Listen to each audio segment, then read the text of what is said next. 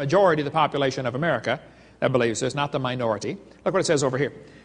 It says, creation science states that all species were created by God roughly 10,000 years ago, and that they have not evolved since. By the way, let me stop right there. That is not what creation science teaches. Creation science teaches that all the kinds of animals were created roughly 10,000 years ago. And the only evolution has been variations within those kinds. So they're setting up a straw man here so they can knock it down and think they won the argument. Keep reading here. As scientific issues, we know these assertions are false. Over here they tell the kids, if we prevent our secondary school students from learning what science has to offer, let me stop right there. I'm not trying to prevent students from learning what science has to offer. I love science. I'm trying to prevent students from being lied to. But man, show us what does science have to offer? Things that we can observe and test and demonstrate. Evolution is not part of science. That's the problem. Watch this now.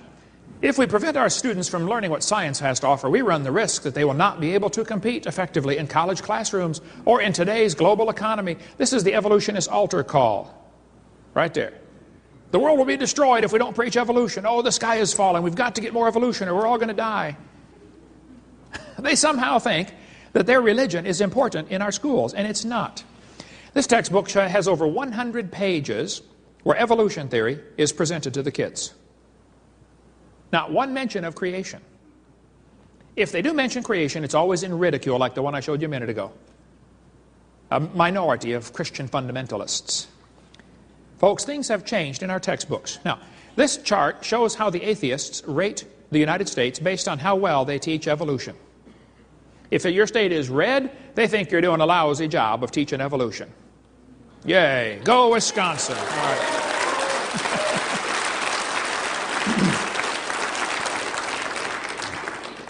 The green states are doing a very good or excellent job of teaching evolution.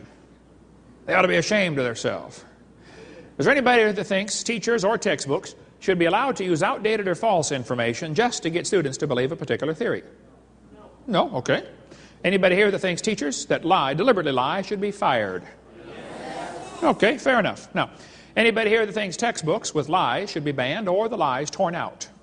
Yes. Sure. Okay, good. Just so we're all on the same page here. Now, it's always amazed me how two people can look at the same thing and come to opposite conclusions of what they are seeing. Two people can look at Grand Canyon. One of them believes in evolution. He looks at the canyon and says, wow, look what the Colorado River did for millions and millions of years. The Bible-believing Christian stands there, looks at the same canyon, and says, wow, look what the flood did in about 30 minutes. Now, how was that canyon formed anyway? This textbook says over millions of years, the Colorado River has carved the Grand Canyon from solid rock. Now, just slow down a minute. Kids, it is a fact Grand Canyon exists. How many have been to Grand Canyon? I taught her science, studied Grand Canyon avidly. I like Grand Canyon. Beautiful place. Big hole in the ground. Now, there are two interpretations of how it got there.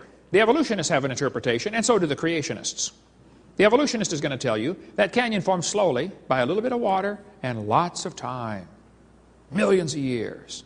The creationist is going to tell you, oh, the canyon formed quickly by lots of water and a little bit of time. The guys who believe in evolution are continually trying to erase the line between their interpretation and the fact column, and they want you to somehow think that what they interpret as evidence is now part of the fact. You got to really watch them on this. They're pretty slick. This textbook author does it just blatantly. He says, the Colorado River has cut through layer upon layer of rock over millions of years. Now just hold on a minute. I was in a debate one time and this atheist said, Hovind, you're so dumb. Don't you know it took millions of years to make Grand Canyon? I said, well, sir, I taught her science for years. I really enjoy studying Grand Canyon. I said, did you know if you built a dam across Grand Canyon, that would take a lot of dirt, by the way, but if you did, a huge lake would fill in behind it. Did you know some of the water from Montana drains through the Grand Canyon? It's a huge drainage area. I said, sir, did you know that in between these two red lines is what we call the snow line? There's a ridge right there. The Grand Canyon enters at the far right over here. The elevation of the river at that point is 2,800 feet above sea level. The river flows downhill for 270 miles and comes out the other side. And in between, while the river's flowing down, the ground is rising up and then slowly coming back down. It is so wide, 270 miles, that you don't notice it until you get way back and look at it from a satellite. But if you look at it in its cross-section, this schematic shows the difference here. The river enters right here and flows downhill and comes out the other side. It's actually going through a giant ridge, 270 miles long. At the highest point of the ridge, the river's at about 1,800-foot elevation, so it's nearly a 1-mile drop down into the canyon. Really big hole in the ground. I says, now, sir, there are a couple things you ought to consider about Grand Canyon. I said, did you know the top of Grand Canyon is higher than the bottom? He said, yes. I said, sir, did you know the river runs through the bottom? He said, yes. I said, sir, did you know the top is higher than where the river enters the canyon? By over 4,000 feet. I said, sir, did you know that rivers don't flow uphill? I said, sir, did you know there is no delta? Nobody knows where the mud is that got washed out of there, but it's probably out in the Pacific Ocean. They can't find the delta for Grand Canyon. There is no possible way that river made that canyon. Grand Canyon is quite obviously a washed-out spillway. There used to be two big lakes, Grand Lake and Hopi Lake, and they got too full one day, who knows when. I suspect shortly after the flood, maybe a few hundred years later, the ice caps melted or something, and the lakes got too full, and the water went over the top, while the ground was still relatively soft. Within the first few hundred years, washed out that canyon in a hurry. There are still beaches where the lakes used to be. They call them Grand Lake and Hopi Lake. The lake is long gone, but you can still see the beach line where the lake used to be. Grand Canyon is a washed-out spillway, folks. The water got too deep, went over the top, and washed out that whole region in a real big hurry. So when they tell you it took millions of years, they're lying to you. It did not. It's not geophysically possible. If you look at the way most rivers come together, almost all rivers join at what are called acute angles, less than 90 degrees. You can look at any map of the world, nearly all rivers come together and keep going the same general direction.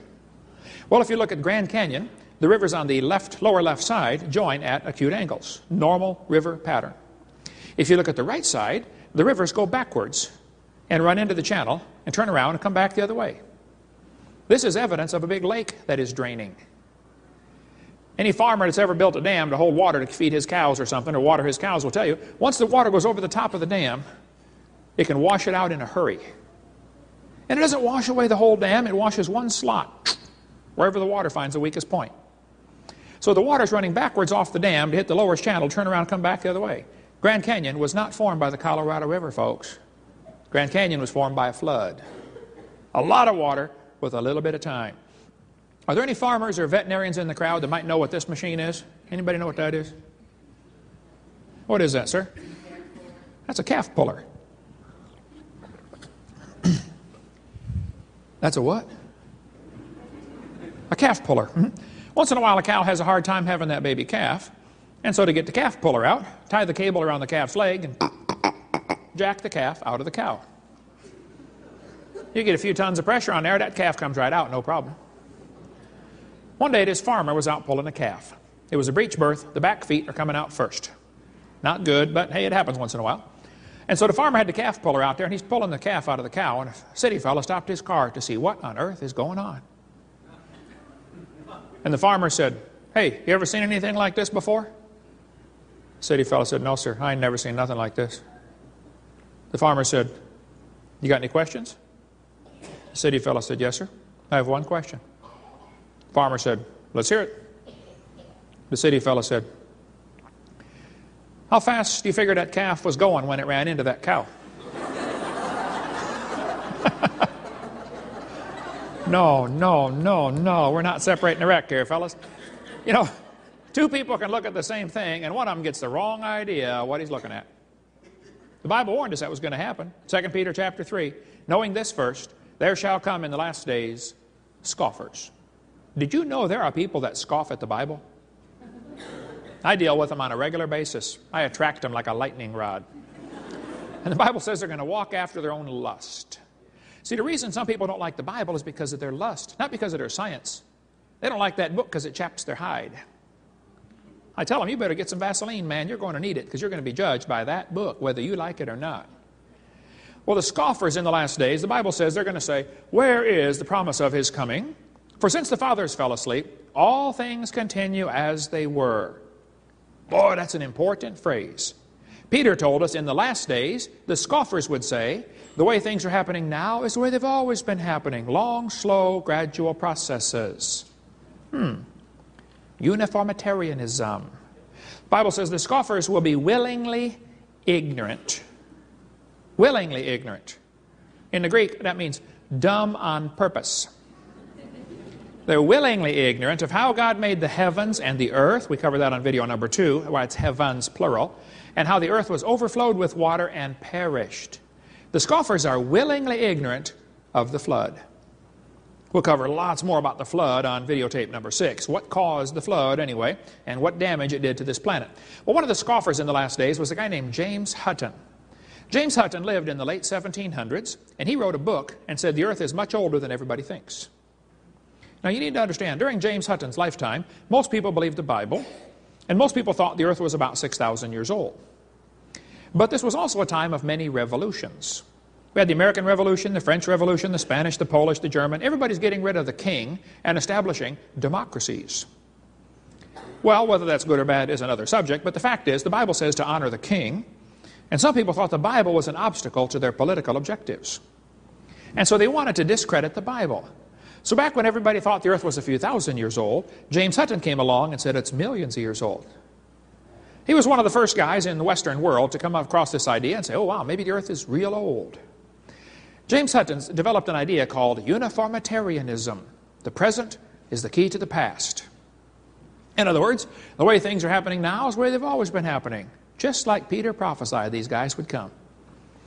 Well, I think the Bible's the only perfect key to the past, but that's another story. The fact is, James Hutton's book that he wrote had a very strong influence on a young lawyer from Scotland. The lawyer's name was Charles Lyell. Charles Lyell, the lawyer, hated the Bible. Somebody calculated one time that if all the lawyers in the world were laid end to end around the equator, we would all be better off. In 1830, Charles Lyell wrote this book right here, Principles of Geology. Here on this book, you can see his hatred for the Bible kind of ooze off every page. This guy really did not like the Bible. He kept referring to it as ancient doctrines. You know, you're outdated if you believe the Bible. He talked about those people who have religious prejudices because they believe the Bible. He said, men of superior talent who thought for themselves and were not blinded by authority. I mean, you can just skim through it for yourself and you'll see he didn't like the Bible. Charles Lyell said his goal was to free the science from Moses. What do you suppose he meant by that? You see, people who read what Moses wrote will feel that God made the world in 6 days and the flood formed most of the geology of the world. Noah's flood messed up the real estate big time. And if people believe the book that Moses wrote, they're going to think that coal, oil, natural gas formed from the flood when things got buried. And they're going to think the canyons formed as the water ran off from the flood. Lyell didn't like that idea. He wanted people to believe the earth is millions of years old.